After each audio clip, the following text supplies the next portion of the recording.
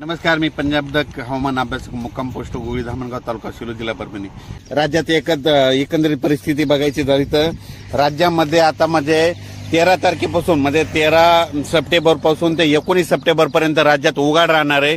ज्या शेतकऱ्याचं सोयाबीन आलेलं असेल तुम्ही काय करा, हे 8-10 दिवसात काढा, एक दिवस ऊन द्या, नंतर त्याच्यानंतर झाकून ठेवा म्हणून हे अंदाज लक्षात घेता।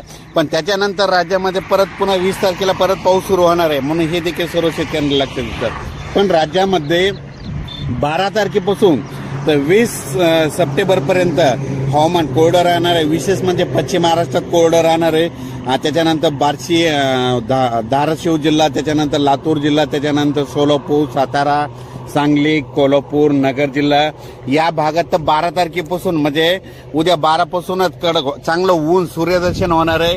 आणि ज्यांच्या शेतकऱ्याचा उडीद असेल, ज्यांचं सोयाबीन काढणी चालू आहे त्यांच्यासाठी ही आनंदाची बातमी। राज्यात सांगायचं झालं तर आज देखील म्हणजे आज आहे 11 सप्टेंबर, आज पूर्व विदर्भ या भागात पाऊस म्हणजे तुरळक ठिकाणी चालू राहणार आहे म्हणून हा अंदाज लक्षात घ्यायचा। त्याच्यानंतर पश्चिम विदर्भात देखील आज आणि उद्या 12 तारखेपर्यंत पाऊस असणार आहे म्हणून हा अंदाज लक्षात घ्यायचा। पण विदर्भामध्ये मात्र 14 तारखेपासून चांगलं सूर्यदर्शन होणार आहे। त्यांच्यासाठी ज्या शेतकऱ्याचं सोयाबीन आलेलं आहे त्यांना त्या 8 दिवसात आलेलं असलं तर तुम्ही काढा, झाकून ठेवा।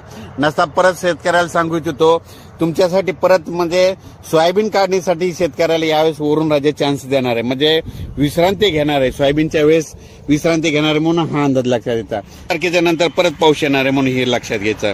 त्याच्यानंतर 12-13च्या दरम्यान म्हणजे 12 आणि 13 सप्टेंबरला म्हणजे उद्या 12 आणि 13 सप्टेंबरला उत्तर महाराष्ट्राकडे म्हणजे पाऊस असणार आहे।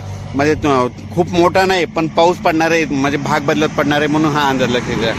राज्यात सांगायचं झालं तर म्हणजे महाराष्ट्रामध्ये म्हणजे सगळीकडे ह्या म्हणजे 11, 12 आणि 13च्या दरम्यान विखुरलेल्या स्वरूपाचा पाऊस आहे, लय काही मोठा पाऊस पडणार नाही म्हणून हे अंदाज लक्षात घ्यायचा।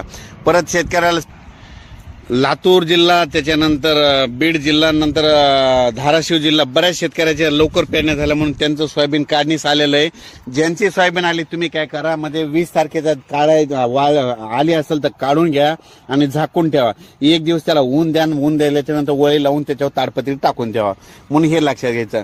पण राज्यामध्ये आता मात्र उद्यापासून म्हणजे काही भागामध्ये उद्यापासूनच सूर्यदर्शन होणार आहे म्हणून हे लक्षात घ्यायचं।